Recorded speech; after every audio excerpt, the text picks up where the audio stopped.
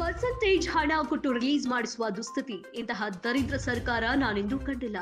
ಶಾಸಕ ಜಿಕೆ ವೆಂಕಟೇಶ್ವರರೆಡ್ಡಿ.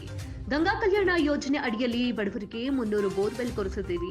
ಇಂತಹ ದರಿದ್ರ ಸರ್ಕಾರವನ್ನ ನಾನೆಂದೂ ಕಂಡಿಲ್ಲ. ಶಾಸಕರ ನಿಧಿ 4 ಕೋಟಿ ರು ಮಾತ್ರ ಬಂದಿದ್ದು ಪರಿಶಿಷ್ಟ ಕಿರಿಗಳ ಅಭಿವೃದ್ಧಿಗೆ ಬಳಸಲಾಗಿದೆ.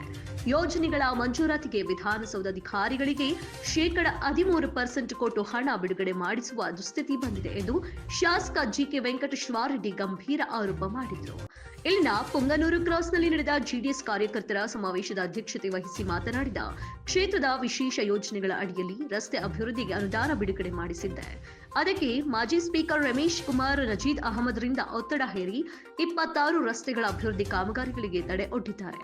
ತಾಲೂಕಿನ ಸರ್ವತೋಮುಖ ಅಭಿವೃದ್ಧಿಗೆ ನಾನು ಒತ್ತು ನೀಡಿ ಕೈಗಾರಿಕೆಗಳ ಸ್ಥಾಪನೆಗೆ ಮುಂದಾದ್ರೆ ಅದಕ್ಕೂ ಕಲ್ಲು ಹಾಕಿದ್ದಾರೆ. ಈ ಬಗ್ಗೆ ನಾನು ಕೈಗಾರಿಕೆ ಸಚಿವರನ್ನೇ ಮಾತನಾಡಿಸಿದ್ದು ಅವರು ನೇರವಾಗಿ ಮಹಾತ್ಮರ ಬಗ್ಗೆ ತಿಳಿಸಿದರು.